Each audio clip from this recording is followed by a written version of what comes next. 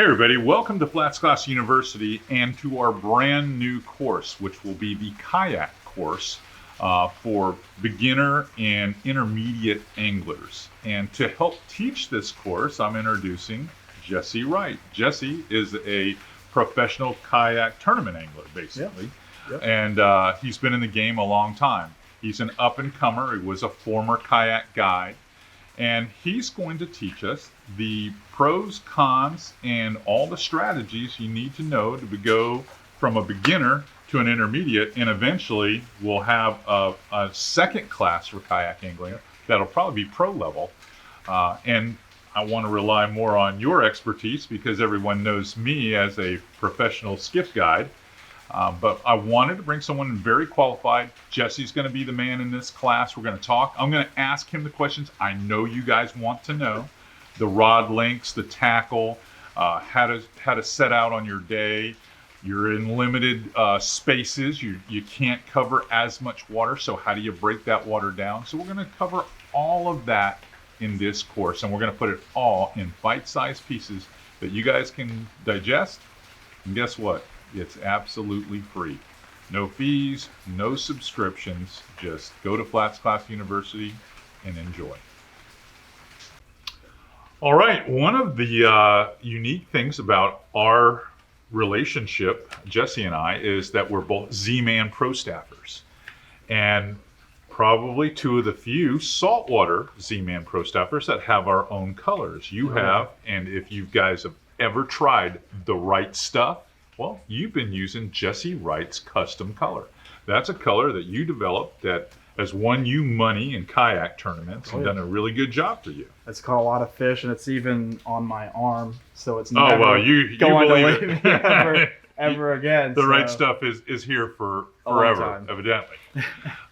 But that relationship that we have with Z-Man and coming up with custom colors and the action and softness and resiliency of a Z-Man bait really plays strong for a kayak angler because you're kind of limited on what you can bring on that. Here I have a skiff.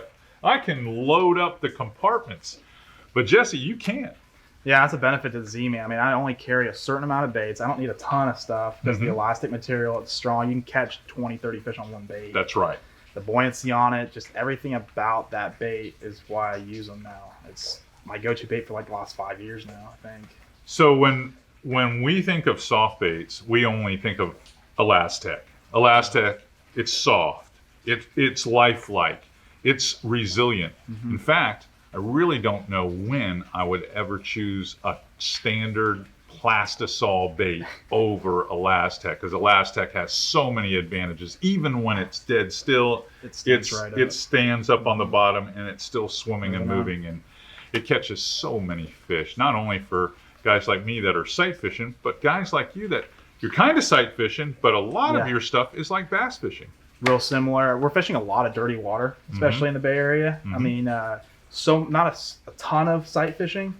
During the wintertime, we'll do a sight fishing, which is, we'll see a lot of tailing redfish. Right. And the benefit to that Elastec is you can pitch it right to that fish and drag it, and that bait's going to stand right on its tail and just go right to that fish, and he's going to find it a lot easier. It's irresistible. Oh, yeah, and durable. All right, so these are just some of the tips, tactics, and strategies that we're going to share with you in the soft bait section of this course. All right, in this video, let's talk a little bit about the prep.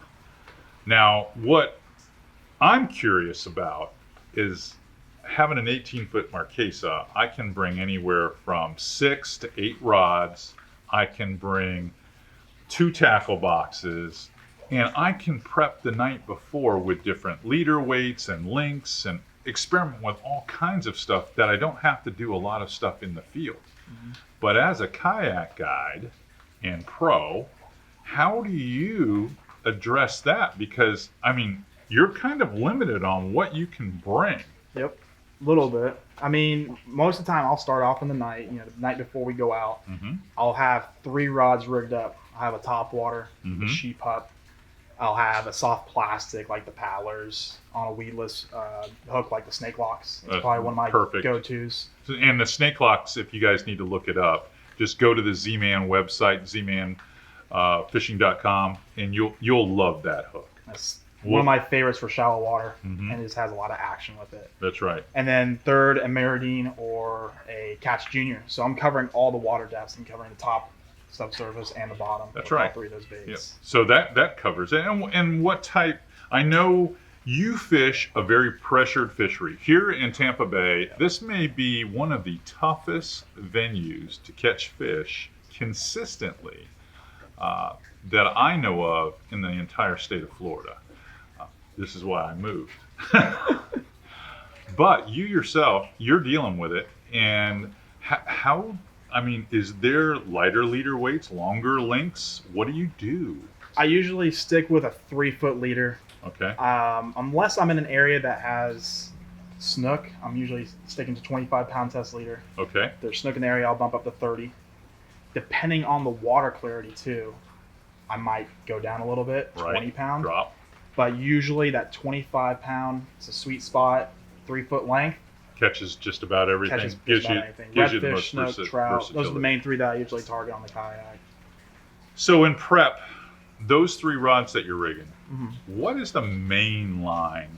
Really, what do you use for braid weight to give you? Is casting distance even an issue as a kayak guy? Because you guys can slip right up on top of fish. So maybe I'm overthinking this. Maybe casting distance doesn't matter as much. I feel like on top water, the longer the cast, the better. Okay. You can really get to those schools of mullet, or say if you see some commotion out there, you can reach them. But anything else, I mean, you're going up really quietly. You're not making a whole lot of noise. So casting distance, I don't think is as important as say if you're on a boat. Right. Unless the water's super clear, because if the fish can see you, it's pretty much a done deal. Right. And fish, just so you know, if in 2 foot of water, they can probably see 15 degrees off the surface of the water. So in a boat, you could become very visible in a short distance, where in a kayak, you're invisible from a great distance. I mean, you can really get pretty close to fish without them really feeling you. And bringing tackle on a kayak, that would bring up the next question. You're limited. So are you bringing just 2 3700 or 3600 series Plano boxes, or what are you bringing? I try to keep just a few baits. There's only a couple of confidence baits that I like, and I keep it small. I don't want to bring a bunch of stuff, because the more stuff you have, it's just more clutter and you're switching baits. So usually a couple different boxes, 2 or 3 boxes, hard baits, soft baits, and of course your jig heads. Yeah, some terminal hooks. gear and things like that. How do you keep them? And we can address this in another video. How do you keep moisture, salt water out of these boxes? Because I look at some of the places that you have to fish around here, and I in a kayak, I would just assume that you're getting a little damp most days.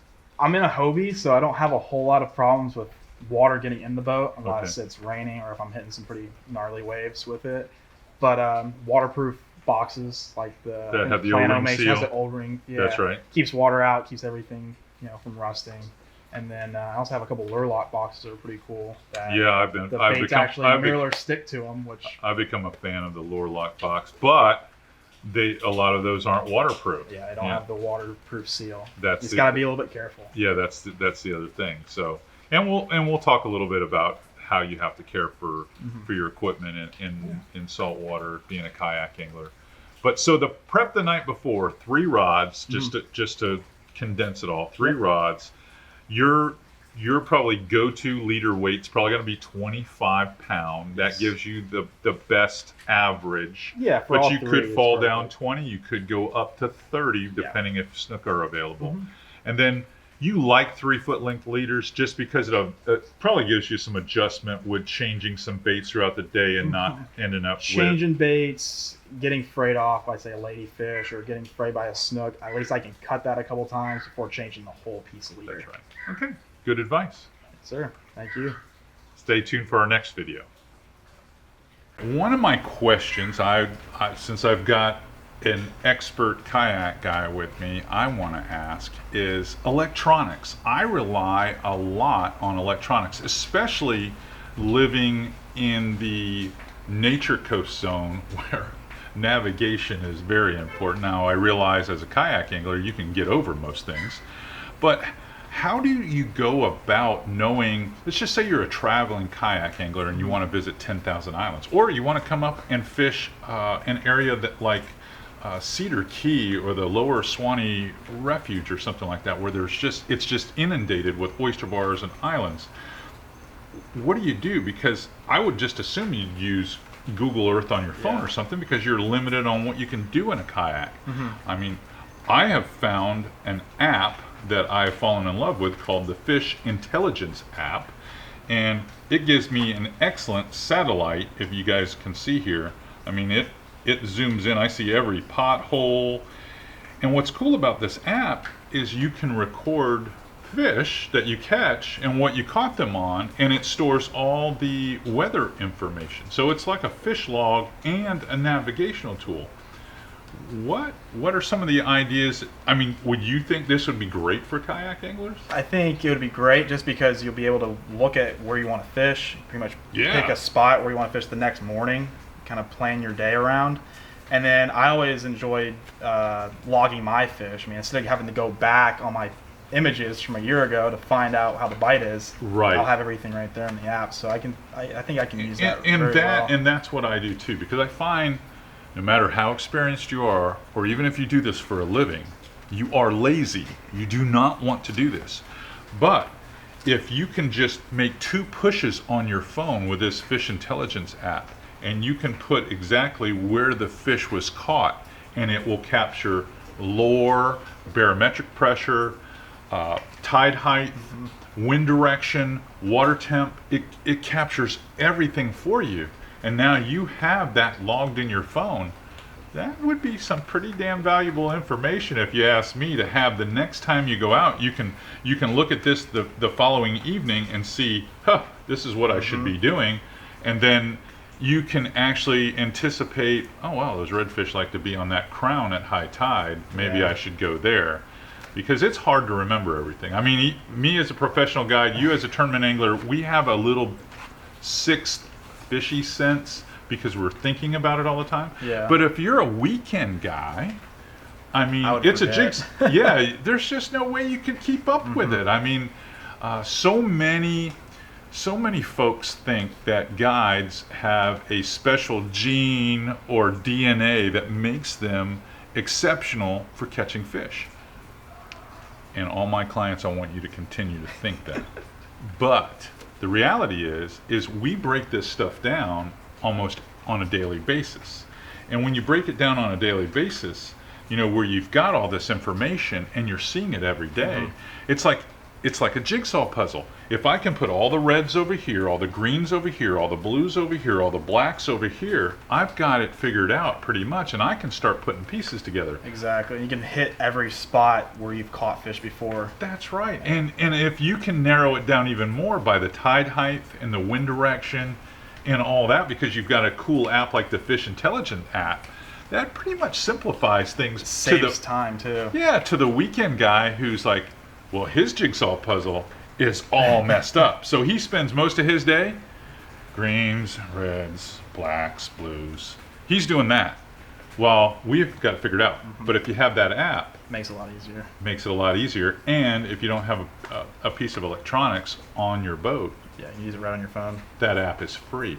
I mean, so get a waterproof case for your phone, or hell, put it in a damn Ziploc baggie, I guess. And bada boom, bada bing, you've got a valuable piece of GPS electronics that's going to save all the information.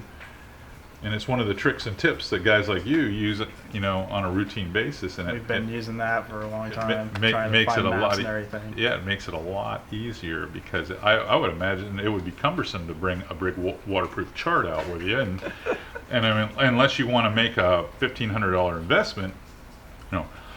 For me, I have the best stuff. I've got Raymarine FLIR, and I've got side vision, down vision. I've got such technical stuff, I don't even know how the fish have an equal chance against me. But if you're a kayak guy and you're just looking for an app on a phone that gives you all of that, that's pretty good way to get around things, especially as a kayak. Make life a little bit easier when you're on the water. That's right. Especially on the weekend. That's right.